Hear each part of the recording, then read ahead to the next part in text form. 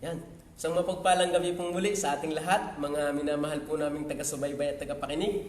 So ngayong gabi ay tayo po yung muling mag-aaral, at humina pong signal, kaya na-stop po. So atin pong muling balikan yung ating pag-aaralan. So muli po ang ating pag-aaralan ay yung paglagong buhay spiritual. At ang ating pong talakayan ngayon ay about prayer. So yun po yung ating pag-aaralan. So tayo po yung naka-series ngayon sa ating pag-aaralan. So yun po yung naka-assign po ngayon sa akin, paglagong buhay spiritual. At ngayong gabi ay akin muna pong babasahin yung text natin sa Psalms 51 verse 1. Bago ho tayo manalangin. Sabi ng talata, "Maawa ka sa akin, O Diyos, ayon sa iyong kagandahang loob, ayon sa karamihan ng iyong malumanay na mga kawaan, ay pinawi mo ang aking mga pagsalangsang." So yun po yung sabi ng talata. So tayo po muna yung manalangin. Tayo po pumikit. Aming Diyos, muli kami po ay nagpapasalamat sa gabing ito na kami po ay binigyan ninyo ng pribilehyong muli upang mabuhay at makapakinig muli ng inyo pong salita. Salamat po sa inyong katapatan na hindi nagbabago. Salamat po sa inyong katapatan na hindi lumilipas. Kung ano po yun yung sinabi, yun po ang nangyayari, Panginoon Diyos. At yun po yung totoo. Kayo po hindi nagsisinungaling sa inyo pong mga pangako at sa inyo pong mga sinasabi. Kaya, Panginoon Diyos, aming pong dalangin ngayong gabi ay hinihingi ko po ang inyong gabay. Nawa po ang mayamang awat habag niyo po sumaamin. Ang signal po, Panginoon Diyos, inyo po nawang gabayan upang ang bawat makikinig at manonood ng programang ito ng pag-aaral ng salita ng Diyos ay makapakinig at maunawaan nila yung pinababatid na ninyo sa amin, Panginoon Diyos. Samahan niyo po kami muli. Ako po'y nagmamakaawa sa inyo, Panginoon Diyos, Banal na Espiritu. Kayo po ang mayamang kumilos ngayong gabi at kayo po ang magsalita ngayong gabi, O Diyos, upang ang inyo pong mayamang biyaya ay sumakanila sa bawat makikinig. Maging sa akin po na nagsasalita, Panginoon Diyos. Ilagay niyo po ako sa inyong likuran. Kayo po muli ang magsalita, Panginoon Diyos. At kayo po ang gumabay muli sa amin sa pag-aaral namin ngayong gabi. Iwaksin niyo po lang ng kaaway. Hindi siya nararapat sa usapang ito. Samahan niyo po kami. Ang lahat po nito ay amin pong samot dalangin sa pangalan ng Panginoong Jesus. Amen. So ngayong gabi ay tayo po muling mag-aaral at praise the Lord at biyaya po na ang ating pong signal ay tuloy-tuloy. Kanina po ay naudlot, gawa ho nang nawala, nag-stop. At ngayong gabi po ay tayo po magpatuloy. Paglagong buhay spiritual. Yun po ang naka-assign po sa akin. At ang ating pong tatalakayin ngayon ay about prayer. Sabi nga ng akin dito, ang paglagong buhay spiritual ay hindi instant. So ang kaligtasan po ang instant. Yun po yung ang Panginoong Hesus namatay doon sa krus ng Kalbaryo. At kung sino man yung mananampalataya, hindi na mapapahamak kundi magkakaroon ng buhay na walang hanggan. Yun po ay sigurado at hindi na ho yung nagbabago. Pero yung ating pong buhay, pananampalataya, ito po ay pakikibaka dito po sa mundo, mga minamahal. Ito po ay labanan, mga minamahal, dito sa mundo. Kaya, pag hindi tayo, mga minamahal, lumalagong buhay espiritual, ay delikado po. Maaaring tayo po ay manghina at lumayo sa Diyos. Yun po yung posibilidad na mangyari sa atin pag hindi po tayo lumalago sa ating buhay espiritual. Kaya mahalaga po ngayon, ating pag-aaralan is prayer. Kaya sabi ito po ay pinagsusumikapan. Bagaman tayo ligtas na, yung ating pong buhay espiritual, ito po ay pinagsusumikapan dapat natin na tayo po ay lumagong buhay espiritual. Hindi po yung instant na, kumbaga ikaw ay naligtas, malago ka na agad sa Panginoon. Hindi po ganun. Kaya nga sabi ng Bible, gaya ng mga sanggol, ay nasain ninyo ang gatas na walang daya. Ibig sabihin, tayo bilang bagong mananampalataya, hindi po tayo fully mature sa ating buhay pananampalataya. Mga minamahal. Kaya kinakailangan nating lumago buhay espiritual. Alam niyo po, tayo po kapag ang mananampalataya po ay bagong maligtas, siya po ay bata, baby.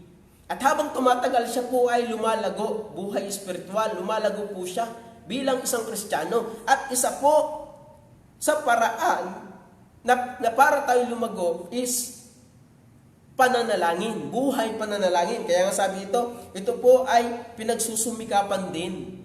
Ano? Pag man tayo ligtas na, dapat tayo nagsusumikap sa ating buhay pananampalataya. Sabi po ng talata, sa biyaya ng Diyos. Ito po ay pinagsusumikapan din sa biyaya ng Diyos upang ikaw ay patuloy na lumagong buhay espiritual. Hindi ito tipo ng isang puno. Ang puno, pag yung tinanim, kusang nalago. Pero dumaan din nyo sa pinakamaliit, pero nalago ng kanya. Hindi mo na kinakailangang yung kumbaga yung punong ligaw, nalaki na lang siya ng basta, nalaki. Pero nadaan din sa buto. But ang esensya po ay yung puno ay lumalaki ng kusa. Hindi katulad natin pag ating pinabayaan at hindi tayo yung pag ikaw ay mananampalataya, ikaw ay kumbaga ay kahit hindi ka magsimba, kahit hindi ka manalangin, lumalago ka. Hindi po ganun tayo. Ang buhay pananampalataya ay dapat tayo nagsusumikap sa ating buhay pananampalataya at isa po ay yung prayer. Mamaya ating pong pag-aaralan yan. Nasabi mo po na lumalaki, kinakailangan ikaw ay patuloy na sumunod sa Diyos upang ikaw ay lumago sa buhay espiritual. At isang aspeto ngayon ang ating pag-aaralan upang ikaw o tayo ay lumago sa iyo or sa akin or sa ating buhay espiritual. At alam niyo po, maganda po na yung paglago, tayo po lumago sa Panginoon. Maganda po na tayo po ay hindi po, kumbaga, tipo na hanggang ngayon, matagal ng mananampalataya ay bata pa rin sa pananampalataya. Ngayon, ating pong pag-aralan, sa palagi ang pananalangin. So, paglagong buhay espiritual, sa palagi ang pananalangin. Yung palagi ang pananalangin. At why it is important? Under po ng palagi ang pananalangin ay bakit ito'y mahalaga? Bakit mahalaga po ang pananalangin? Ang letter A, bakit mahalaga ang pananalangin? Dahil din po sa tagpo ito ng Psalms, kung inyo pong babasahin itong Psalms 51, ito po ay yung kwento or yung tagpo po ng si David po yung nagkasala kay Bathsheba. Yun po yun. Nung si David po ay nagkasala, bumagsak kay Bathsheba, at sinaway po siya ni Nathan. But, yung pagsaway na yun, doon po, lalo po si David na nalangin sa Diyos. Kaya nga sabi ng verse, at kung basahin, maawa ka sa akin, O Diyos, ayon sa iyong kagandahang loob. It is about prayer. Nananalangin po siya, dahil kita po niya yung nangyari sa kanya. Bakit nagkaganyan si David? Marahil o malamang-lamang nawala siya doon sa kanya pong ginagawang habit, yung pananalangin. At hindi siya naging busy sa Panginoon. Malamang-lamang. Sabi, ayon sa karamihan ng iyong malumanay na mga kawaan, ay pinawi mo ang aking mga pagsalangsang. Sabi po doon, have mercy upon me, O God. Yun po ay pananalangin. Yun po ay supplication to God. Have mercy upon me, O God. Ang sabi ng talata. Kaya, sa palagiang in every prayer or palagiang pananalangin. Under po na yung letter A. Number 1, under po na number 1, letter A. Why it is important? Why or bakit ito yung mahalaga? Bakit mahalaga ang pananalangin? So, yun po yung ating didiinan.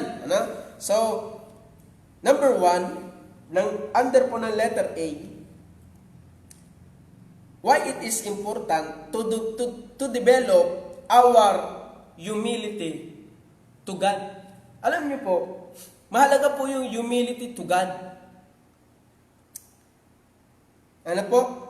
At paano tayo magiging humility or magiging mababa sa harapan ng Diyos kapag tayo po ay palaging nananalangin sa Diyos?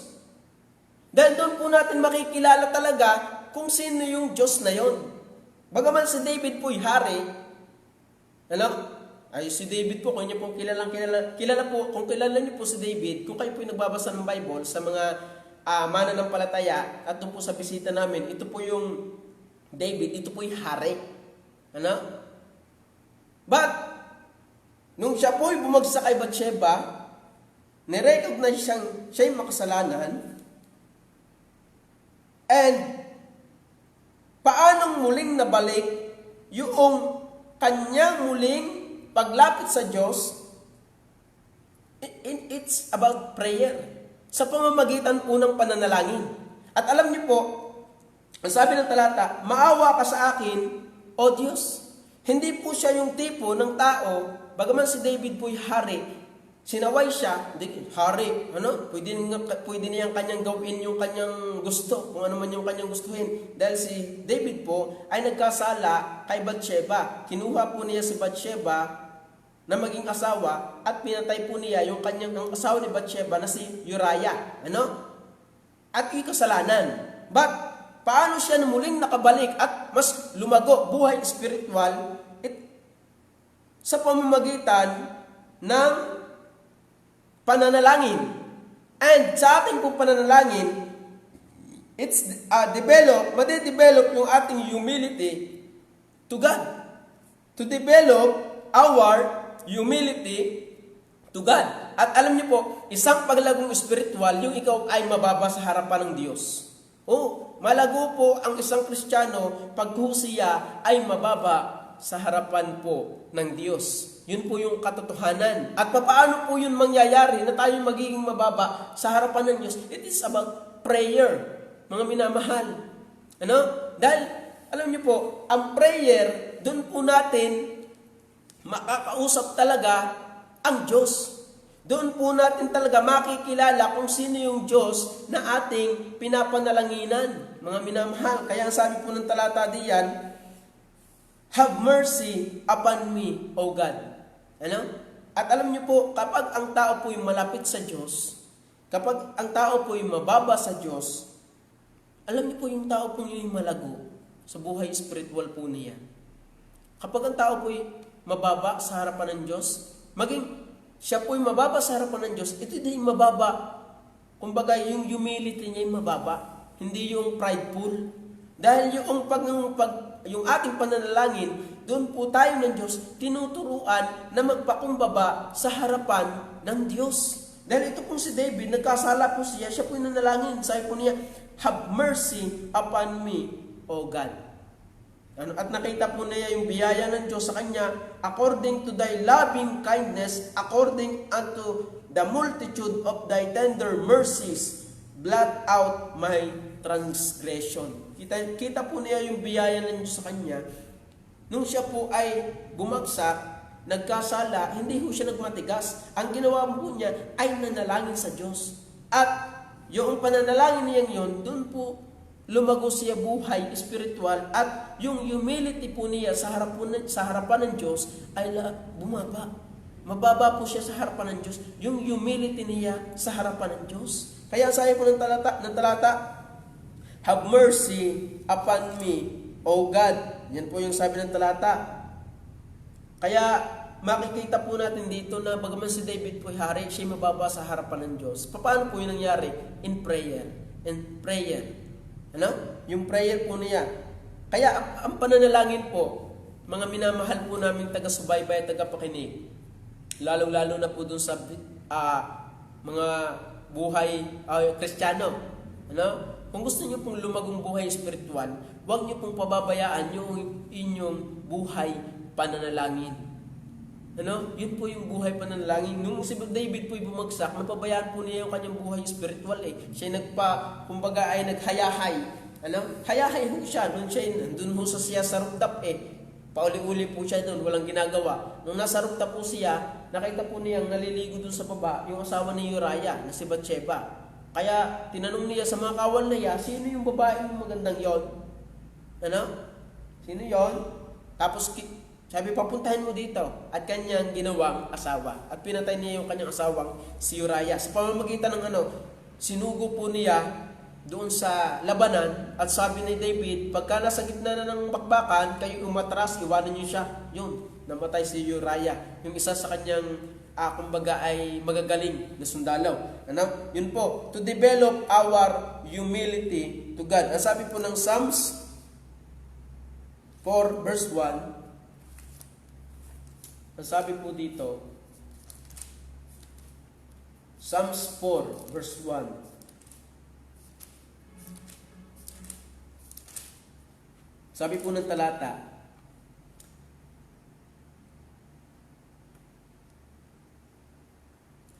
hear me when I call. Tama ba ito? Hear me when I call, O God of my righteousness. Thou hast enlarged me when I was in distress. Have mercy upon me and hear my prayer. Ano? Hear my prayer. Ano? Kung masisas nyo po yung talatang yun, makikita nyo po yung kanyang kapakumbabaan. Kaya pag tayo pinananalangin, dito po tayo tinuturuan ng Diyos na magpakumbaba.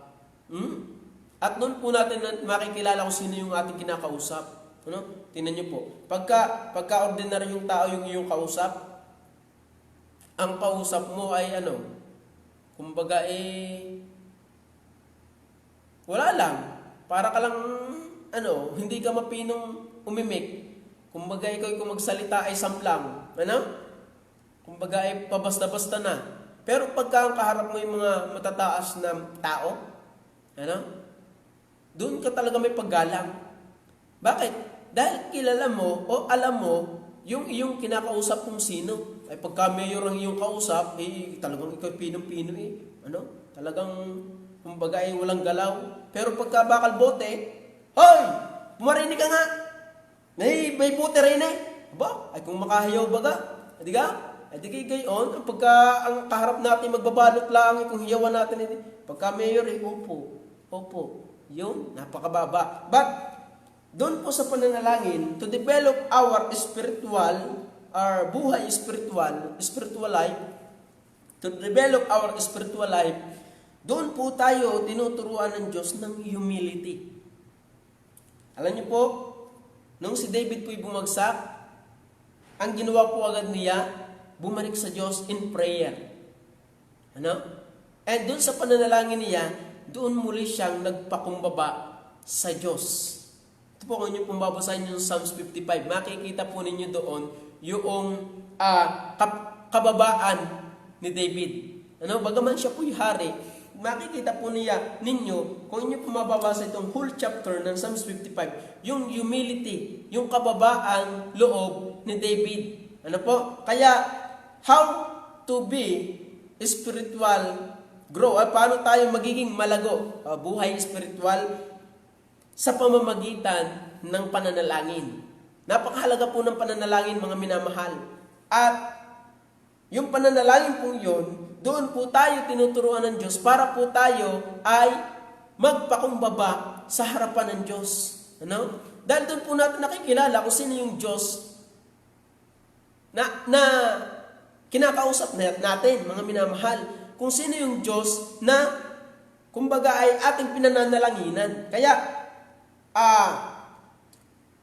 kahalagahan or why it is important, why prayer is important to our Christian life or to our Christian living, mga minamahal, it because to develop our humility to God. Yun po yung masarap. Nade-develop po yung ating kapakumbabaang loob. Kaya tinan nyo po, ang taong hindi pumapanalanginin, ang buhay po niyan talagang magaspang. Pero yung tao pong mapanalanginin, sa harapan ng Diyos, pag inyo po siyang kinausap, ramdam ninyo yung kababaan ng kanyang kalooban. At alam nyo po mga minamahal, yun pong pananalangin. At pag tayo po'y tinuruan ng Diyos ng kababaang loob, alam niyo po, doon po tayo lumalago bilang isang buhay, bilang isang Kristiyano.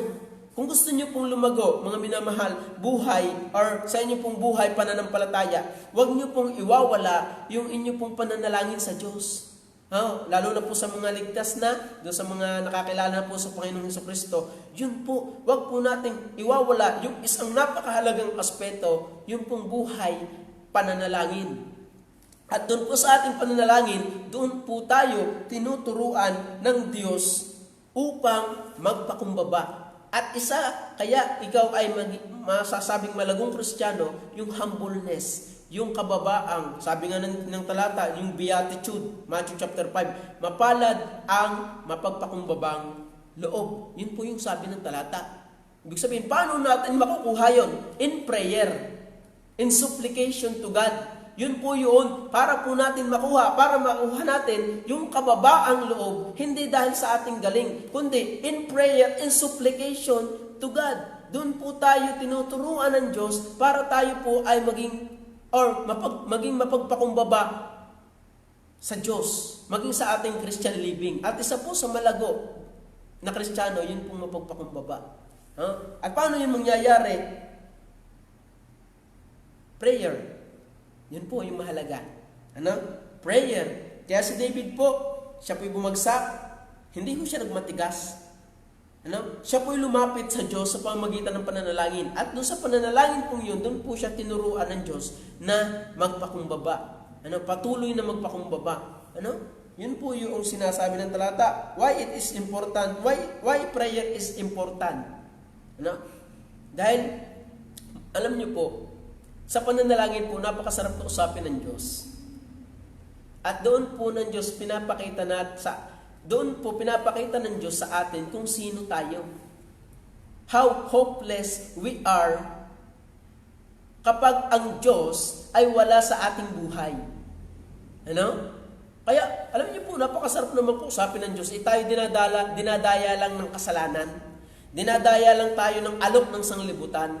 Minsan, pag tayo gigising, ang hagip agad ay cellphone.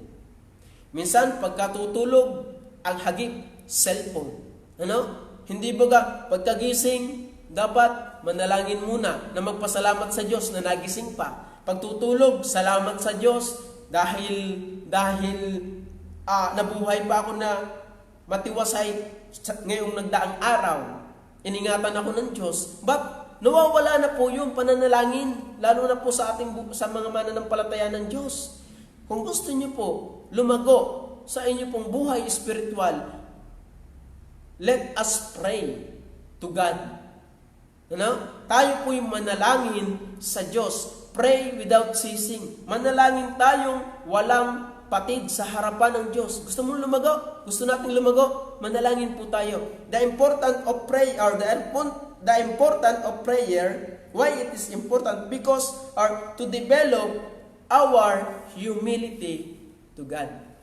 Yun po yung masarap. Kaya mga minamahal po namin taga-subaybay, taga-pakinig, mga bisita, or kung hindi ka pa nakakakilala sa Panginoon, or kung ikaw may nakakilala na, kung gusto mong lumago, buhay spiritual at lumalim sa Diyos, at lumago sa iyong buhay pananampalataya, huwag mo pong aalisin yung iyo pong pananalangin sa Diyos.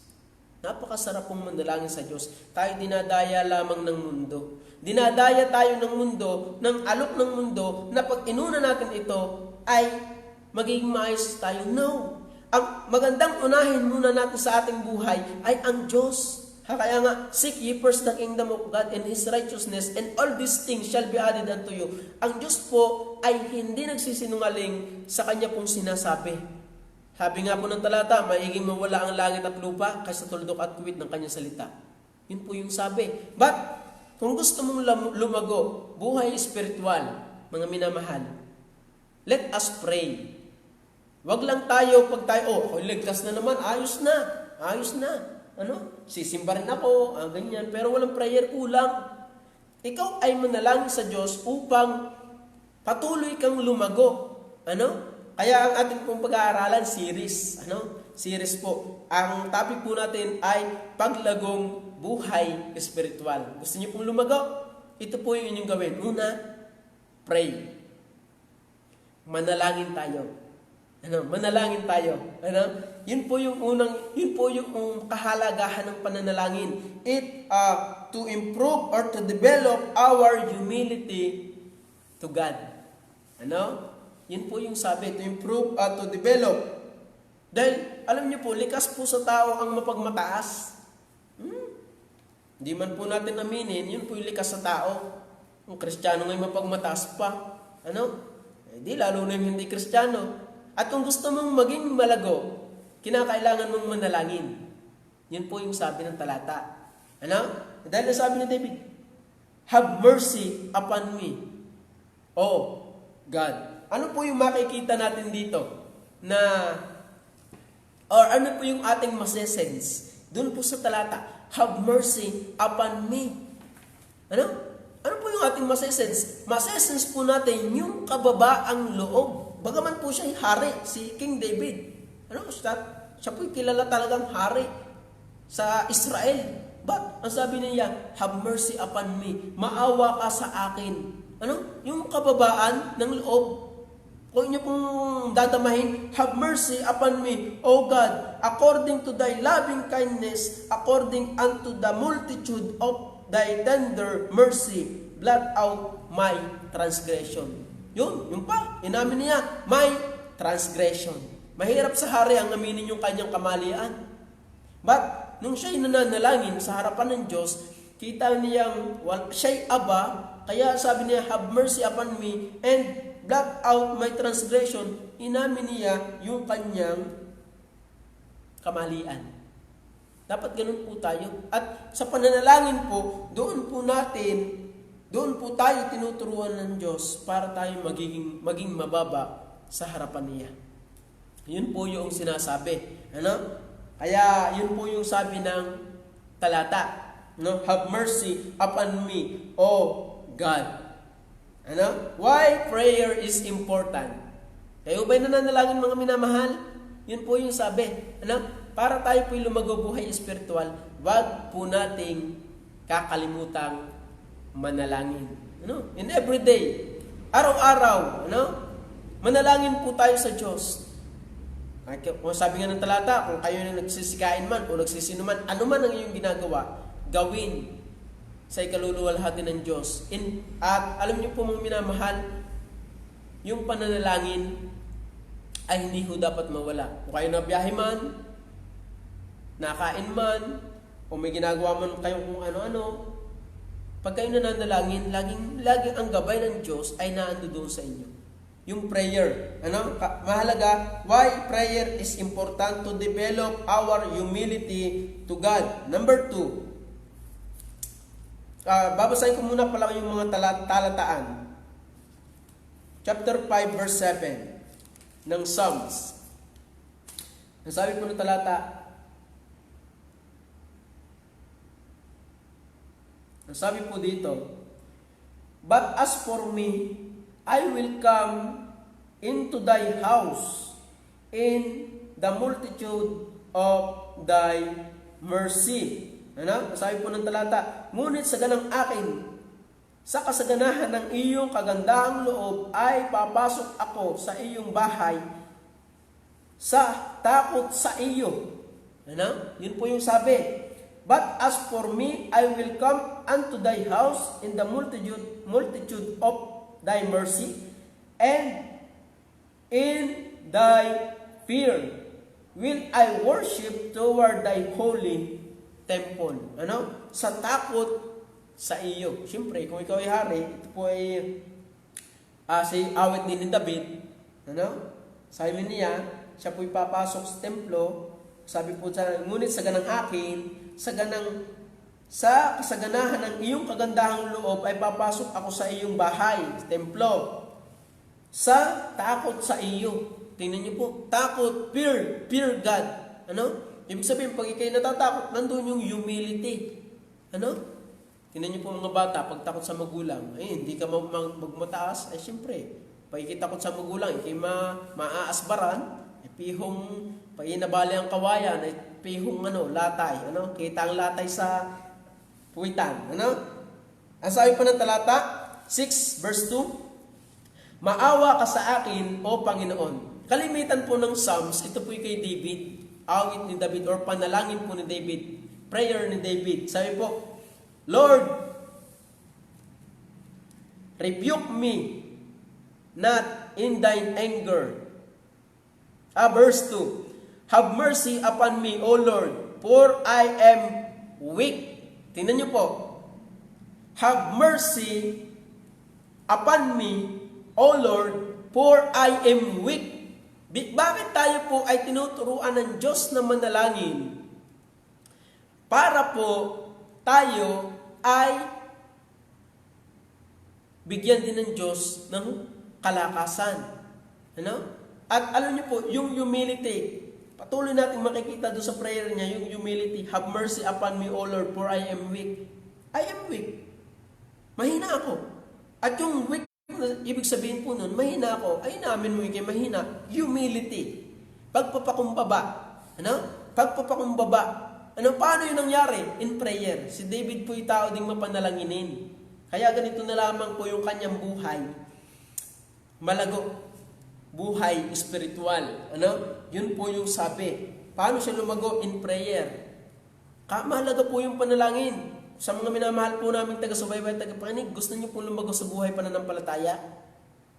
Tayo po yung manalangin. Sa pagsama-samahan po natin, tayo po yung manalangin sa Diyos. Yun po yung napakahalaga. Huwag po nating iwawala. Ano? Huwag po nating iwawala yung pananalangin. Ano? Kaya nga, pray without ceasing. Magsipanalangin tayong walang patid. 5:17 po ng Thessalonians, kung ako po hindi nagkakamali, 1 Thessalonians 5:17, pray without ceasing. Manalangin tayong walang patid. Ano? Ano pang sabi? 25 verse 16. Sige, atin pong hihiwag-hiwagin ito. Ano po? Verse 16. 25. Yan. Sabi po dito,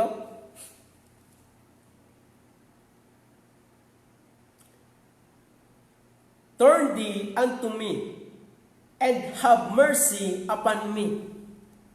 Ano po? Ito po kay David din. Kay David din. Ito po panalangin din po ni David. Ano?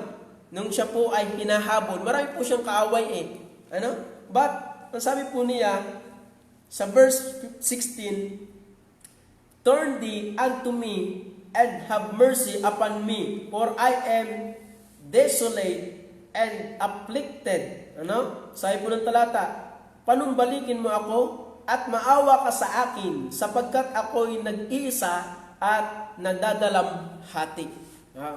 Yun po, kung kayo pinalulungkot, buhay spiritual, para po tayo lumakas buhay spiritual, yun po. Manalangin po tayo. At isa sa ebidensya na kaya tayo nananalangin, tayo po'y mababa sa harapan ng Diyos. At kung gusto niyo pong lumago sa buhay spiritual, yun po. Manalangin. Why it is important? Because to develop our humility to God. Ano po yung talata? 30 verse 10. Marami po ito. 30 verse 10. Sabi po ng talata, iyong dinggin o Panginoon at maawa ka sa akin. Panginoon, maging saklolo nawa kita. Talagang si David po ay man of prayer. Kung inyo pong babasahin ang buong Psalms, halos kay David, at laging bukang bibig niya yung have mercy upon me. Ang sabi po diyan, maawa ka sa akin. Sabi po ng talata ng verse 10, maging saklolo nawa kita. Ibig sabihin, kita ni David sa kanyang sarili, wala akong magagawa, ang Diyos ang aking kalakasan. Ang Diyos ang aking kalakasan. Maging kami po na nagsasalita, kami po yung walang lakas. Ano? Kaya kami nakakapagpatuloy dahil ang Diyos ang amin pong kalakasan. At para i-sustain ng Diyos yung biyaya niya sa atin, tayo po lumagong buhay spiritual, wag po nating pababayaan yung ating buhay pananalangin. Napakahalaga po nun, yung buhay pananalangin. Yun po yung mahalaga. And isa pang pong talata, 31 verse 10 ng Psalms. Sabi po dito,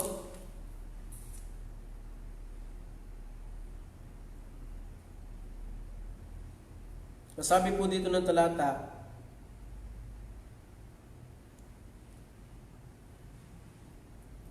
verse 9. 31 verse 9. Maawa ka sa akin, O Panginoon, sapagkat ako'y nasa kahirapan. Tingnan niyo po. Dahil si David, man of war si David. Alam niyo po mga minamahal, si David po ay man of war. At siya po ay paguro na paguro sa kanyang buhay. Kaya ang lagi niyang saklolo ay ang Diyos. Doon sa kanyang pananalangin, doon makikita po natin yung kanya pong kapakumbabaan, yung kanya pong humility to God. Yung kanyang kababaang loob sa Diyos in prayer. Kaya ang panalangin po, isa sa nagiging bunga at paglagong buhay espiritual, kapag tayo po, kung tayo po ilalagong buhay espiritual, kapag tayo po ay mapanalanginin. Yun po yung isa sa bunga, mga minamahal po naming taga-subaybay at taga-pakinig. Kaya po sa mga minamahal po naming taga-subaybay at taga-pakinig, dun po sa, lalo na po dun sa mga mananampalataya, especially. Pero dun po sa amin po mga bisita, kung kayo po yung nakakilala na sa Diyos, isa, para po kayo lumago sa inyo pong buhay pananampalataya. Yun pong manalangin po tayo sa Diyos. At dun po sa mga mananampalataya, gawin po natin ito. Tayo po yung manalangin. Yun po ang isa sa sekreto upang tayo po ay lumagong buhay espiritual. Dahil ang buhay pananampalataya po, ang buhay espiritual po natin, paglago, hindi ho yan instant, sabi ko nga. Hindi ho yan basta pag ikaw ay naligtas na, ay hindi ka na gagawa, ay hindi ho natin sinasabing gumawa tayo para maligtas. Iba po yun. Kasama na po doon sa paglago, pag ikay naligtas or ligtas na, ginagawa mo dapat yung isang habit ng isang Kristiyanong manalangin. Yun pong habit ng isang Kristiyano na maging mapanalanginin. Lahat po ng karakter sa Bible, kung inyo pong babasahin, maging ang atin pong leader, ang Panginoong Jesus, siya po ay nanalangin. The Lord, ang Panginoong Jesus is a man. Nung siya po nagkatawang tao, He is a man of prayer. Siya po ay taong mapanalanginin. Kaya tayo po bilang mga tagasunod niya, para po tayo lumago sa ating buhay pananampalataya, buhay espiritual, kailangan po natin ng manalangin. At isa po sa nagiging bunga ng mapanalanginin ay yung kababaang loob sa Diyos. Humility to God. Kaya mga minamahal, napakahalaga po nito. Huwag po nating pababayaan yung ating buhay pananalangin. Number 2, natin pong makikita, paglagong buhay espiritual sa palagiang pananalangin. And why it is important? Sabi po sa verse 11, 51 verse 11 ng Psalms.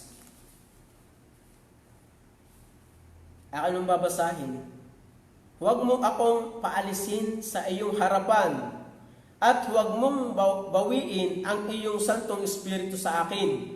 Verse 12, ibalik mo sa akin ang kagalakan ng iyong pagliligtas at alalayan ako ng kusang Espiritu. Verse 10, likhaan mo ako ng isang malinis na puso, O Diyos, at magbago ka ng isang matuwid na espiritu sa loob ko. So, ano yung ating makikita dito? Pandalawa po nating puntos under po ng why it is important, why prayer is important, to develop our harmony to God.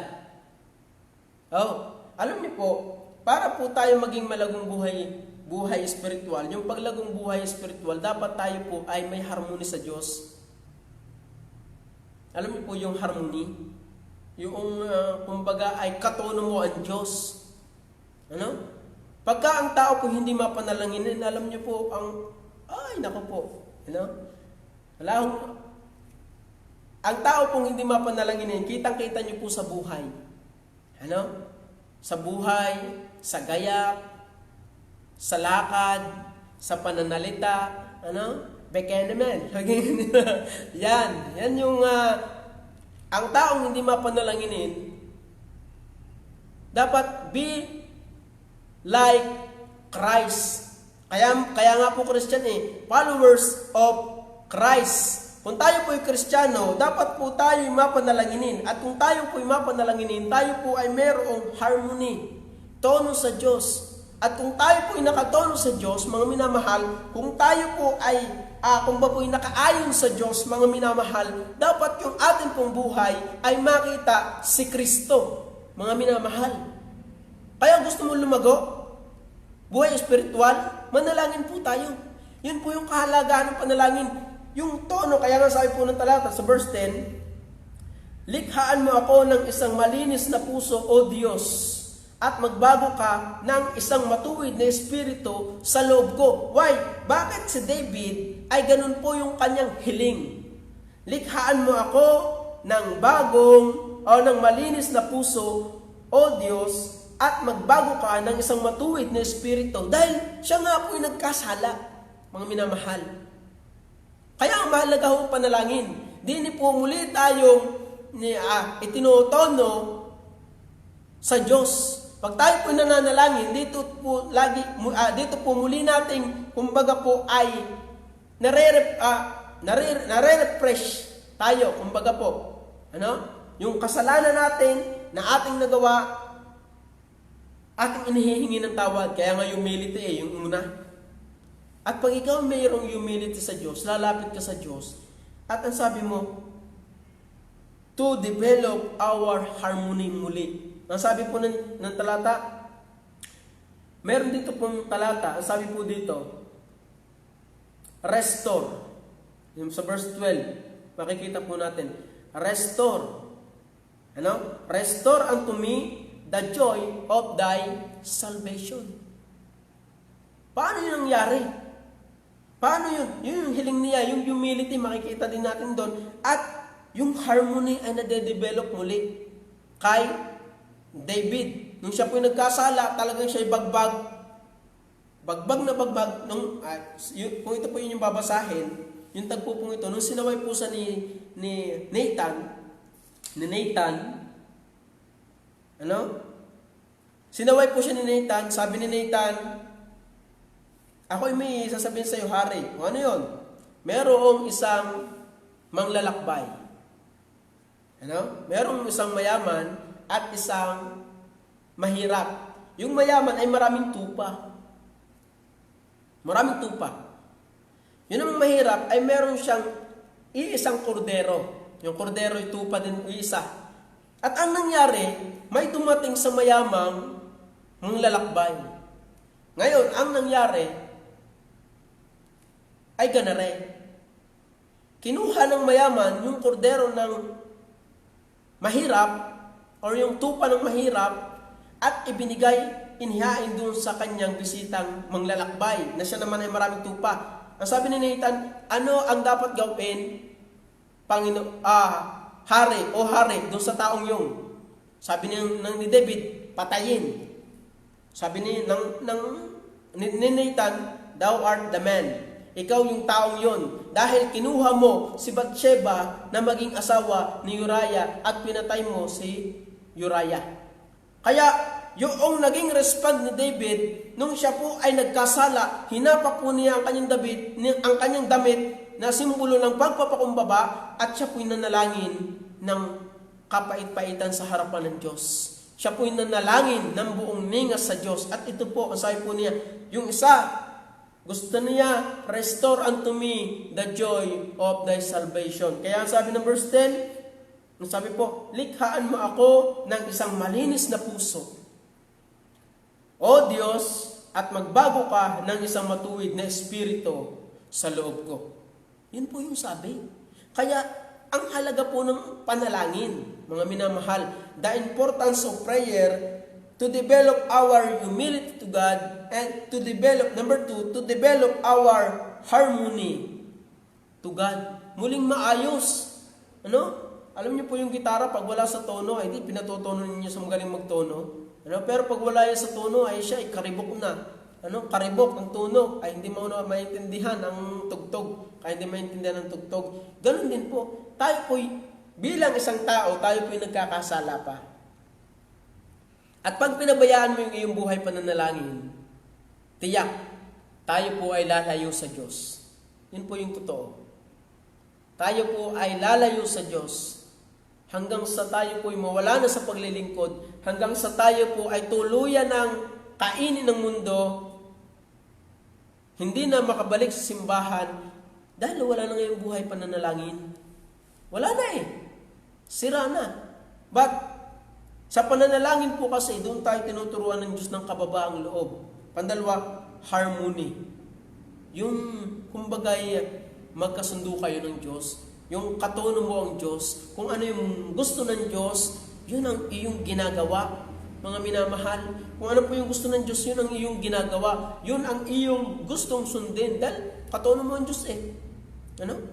Kaya, masasabi ko ang isang Kristiyano ay malagaw pag siya po'y nananalangin. Pero pagka ang isang Kristiyano po hindi mapanalanginin, kita niyo po sa buhay. Ano? Buhay. Badya na lang sumimba, badya na umattend ng gawain sa Panginoon, badya na magbasa ng Bible. Wala eh. Walang kapangyarihan. Dahil ang kapangyarihan na nanggagaling sa Diyos. Ano? But, tama, sa Acts po, nung siya po'y nanalangin, binabaan po sila ng Holy Spirit. Acts chapter 2. Ano? Kaya yung power, ano? Sabi ng verse 1, and I give you. Ang sabi ng talata, ang sabi po dito ng Acts, akin lamang pong babasahin. Sa gawa, Acts. Nasaan na ba yung aking gawa din eh? Kailan po ha? Verse 8 ng chapter 1 ng gawa, dato po at tatanggapin ninyo ang kapangyarihan. Ano yung kapangyarihan? Pagdating sa inyo ng Espiritu Santo. Ano? Asan yun nangyari? At nang dumating nga ang araw ng Pentecost, silang lahat ay nagkakatipon sa isang dako. Yung nagtitipon, sila po nananalangin doon, at biglang dumating mula sa langit ang isang ugong na gaya ng isang mahagibis na hangin, malakas, at pinuno ang buong bahay ng kanilang pinagtitipunan. Verse 14 ng chapter 1. Ang lahat ng mga ito'y nagsipanatiling matibay na nagkakaisa sa pananalangin. Yung verse 14, nagsipanatiling matibay. Verse 8, sabi ito po ay yung pag-alis na ng ang Panginoong Jesus ay namatay, kita nila ang Panginoong Jesus ay tumataas, sinabihan sila, dato pa tatanggapin ninyo ang kapangyarihan pagdating sa inyo ng Espiritu Santo. So, paano nangyari? Yung verse 14, ang lahat ng mga ito'y nagsipanatiling matibay na nagkakaisa sa pananalangin. Ano? Kaya mahalaga po ang prayer. Pagdating ng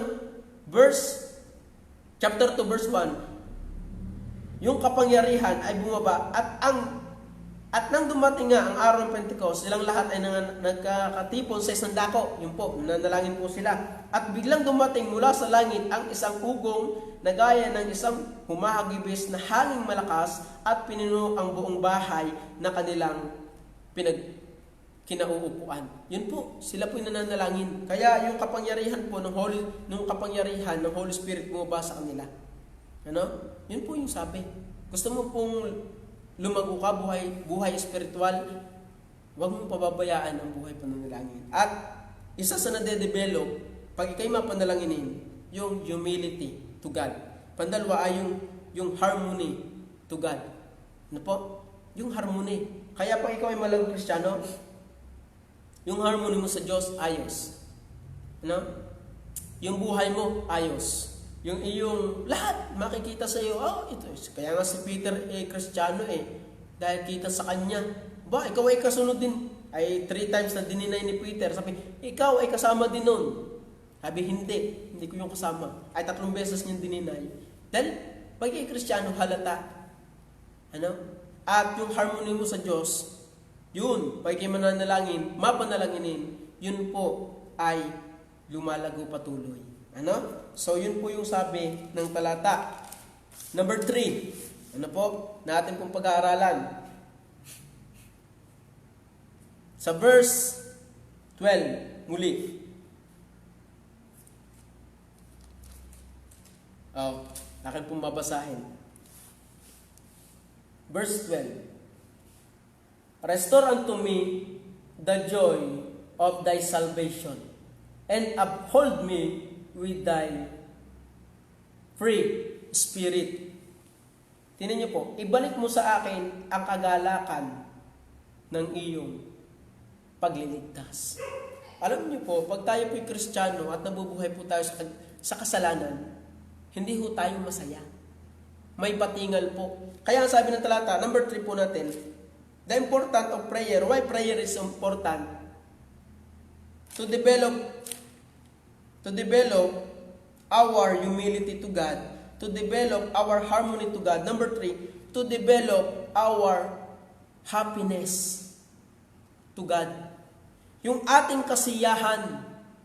Alam niyo po, pag ikaw ay Kristiyano, maaaring Kristiyano ka pero hindi ka masaya. Bakit? Pag kinabubuhay sa kasalanan.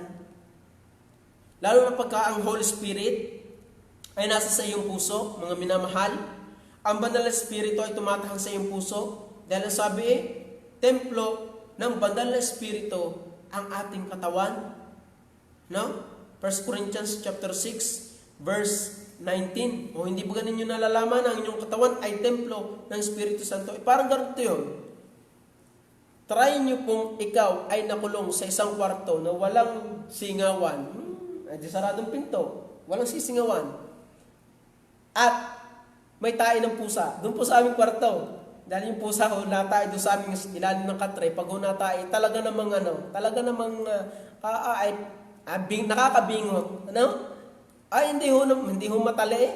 Ano? Kaya, binubuksan ho namin yung pinto para yung amoy ay sumingaw. Ano? Alam niyo po, pag tayo po bilang isang tao, hindi tayo mapanalanginin, tayo nabubuhay sa kasalanan, yung kagalakan mo sa Diyos ay nawawala. Yun po si David. Kaya ang hiling niya, restore unto me the joy of salvation. Hindi po nawawala ang kaligtasan, pero yung kasiyahan mo sa Diyos, yun yung nawawala. Kaya maraming mga mananampalataya ng Diyos, hindi na makapagpatuloy, ligtas din naman, hindi makapagpatuloy because wala nang panalangin, wala nang buhay panalangin sa Diyos. At nabubuhay sa pagkakasala. Kaya ang tendency, paglayo sa Diyos. Mga minamahal, kung gusto niyo pong lumago, buhay, pananampalataya, huwag niyong pababayaan ng panalangin. At isa sa nade-develop pag tayo mapanalanginin, yung kagalakan natin sa Diyos. Wow! Ang sarap. Ang sarap na kayo po ay nagagalak sa Diyos. Kaya sabi po ng talata, ito po restore unto me the joy of thy salvation, and uphold me with thy free spirit. Restore unto me the joy of salvation. Ibalik mo sa akin ang kagalakan. Bakit? Yung siya'y nagkasala, hindi naman. Kaya ho, pagka ang Kristiyano po talaga nagkakasala, hindi po siya masaya. Maaaring sumaya ka, ngising aso. Alam niyo yung ngising aso? Nangiro. Pero yun ba hindi totoo? Yung naganto yung aso? Sabi ganyan, tinan niyo yung aso. Pagka hindi kayo kilalat, yung ako man kayo kakagatin ng ngiro. Pero hindi yun totoo. Yun pala kakagatin na kayo. Kaya nangiro siya. Ngising aso. Pagka ikaw'y Kristiyano, nabubuhay ka sa kasalanan, hindi ka mapanalanginin, nakakatawa ka, pero deep inside, in your heart, ikaw ay sobrang lungkot. Kaya ito yung naramdaman ni David nung siya nagkasala. Kaya ay talagang matindi.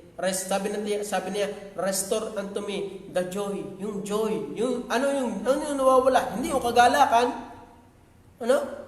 Restore unto me the joy of thy salvation. Yung kagalakan ng iyong, sabi po ng talata, iligtas mo ako, verse 12, ibalik mo sa akin ang kagalakan ng iyong pagliligtas.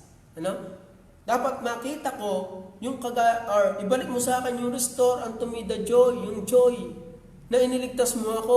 Ba't hindi ko na makita? Dahil ako'y bumagsak sa kasalanan.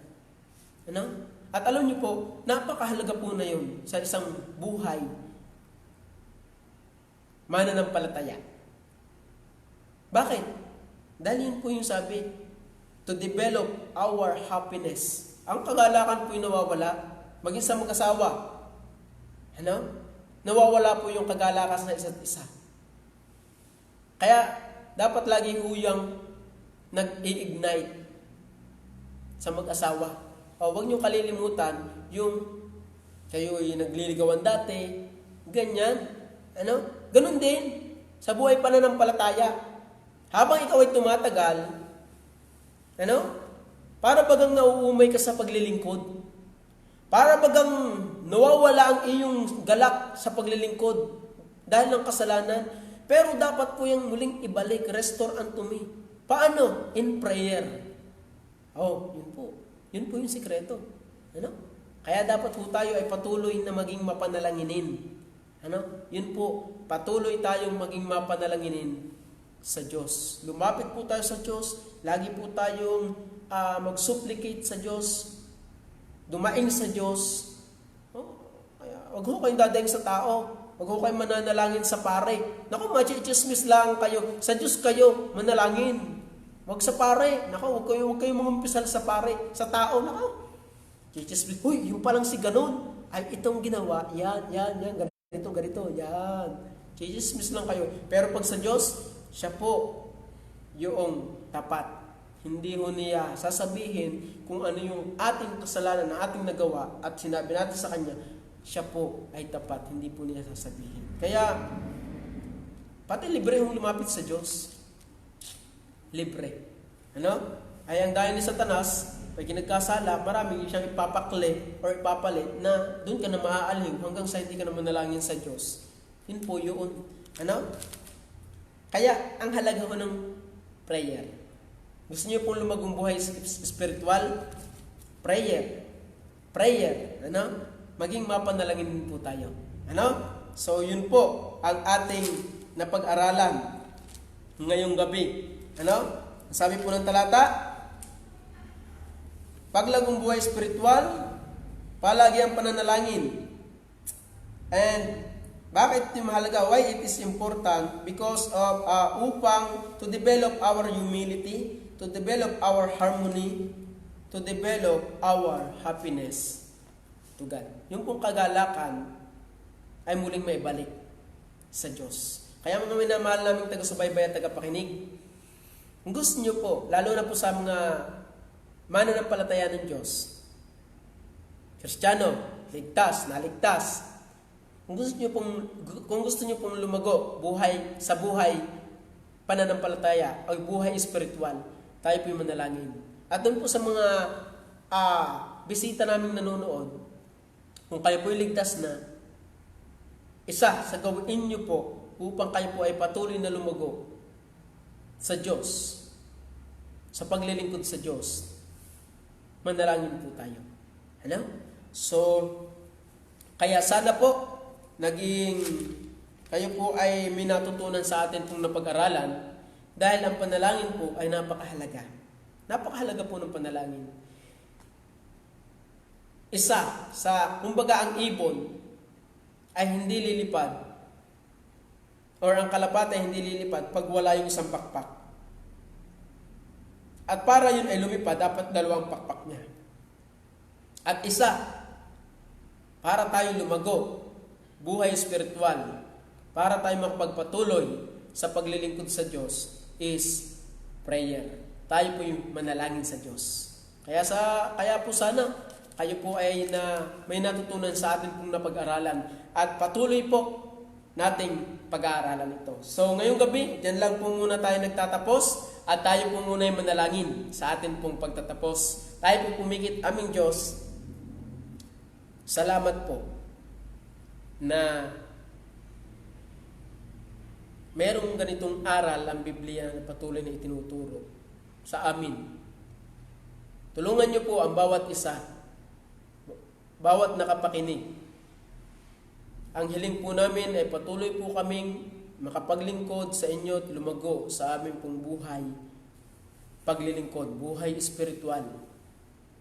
Sa pamamagitan po ng isa sa isang aspeto ay ang pananalangin.